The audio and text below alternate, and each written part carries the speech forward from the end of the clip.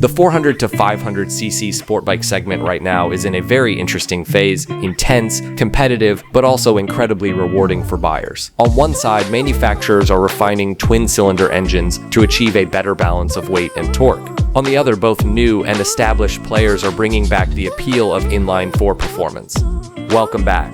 In this review, we'll break down the current battlefield in the middleweight class, looking at real-world numbers on paper and seeing which brand actually has the clearest vision moving forward.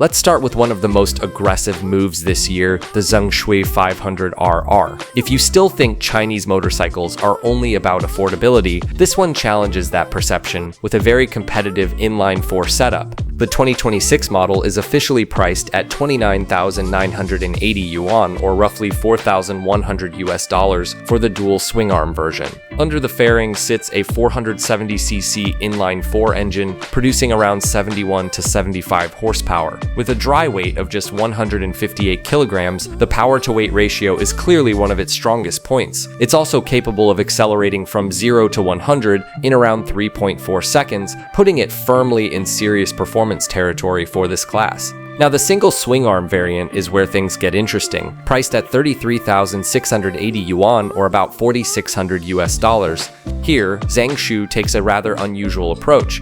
They offer the exotic look of a single-sided swing arm, but at the same time remove advanced electronics like a 6-axis IMU and cornering ABS to keep the price in check. Instead, the focus shifts toward riding feel, with the addition of throttle-by-wire and a more precise bidirectional quickshifter.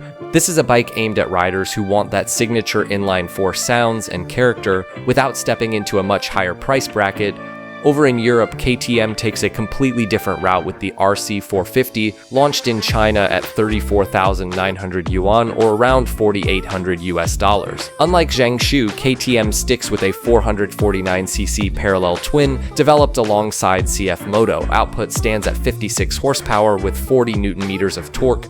On paper, that may look modest compared to an inline-four, but this bike is built with the track in mind. With fully adjustable WP suspension and a factory-fitted steering damper, the RC 450 delivers a sharper, more controlled riding experience. Add to that a MotoGP-inspired aerodynamic package, and it's clear this bike is designed for riders who value chassis agility and efficiency over outright top speed. Then there's Honda stepping in with a completely different perspective through the newly introduced CBR400R Four clutch in Japan. Instead of chasing price or outright numbers, Honda brings back the refined feel of a Japanese inline-four. At its core is a 400cc inline-four engine, a configuration with a long-standing reputation. While official figures haven't been confirmed yet, expectations place it at around 60 horsepower with a 12,000 RPM ceiling. Pricing in Japan is estimated between 800,000 and 900,000 yen, or roughly $5,300 to $6,000. The real highlight, however, is the e-clutch system. This technology removes the need to operate the clutch lever during stops and gear changes, while still retaining the feel of a traditional manual transmission. Put these three side by side and the differences in philosophy become quite clear. The Zhangxue 500RR is aimed at riders chasing maximum inline-four performance at the lowest possible price. The KTM RC 450 is a more focused machine for track enthusiasts who prioritize chassis quality and control, even with a twin-cylinder setup.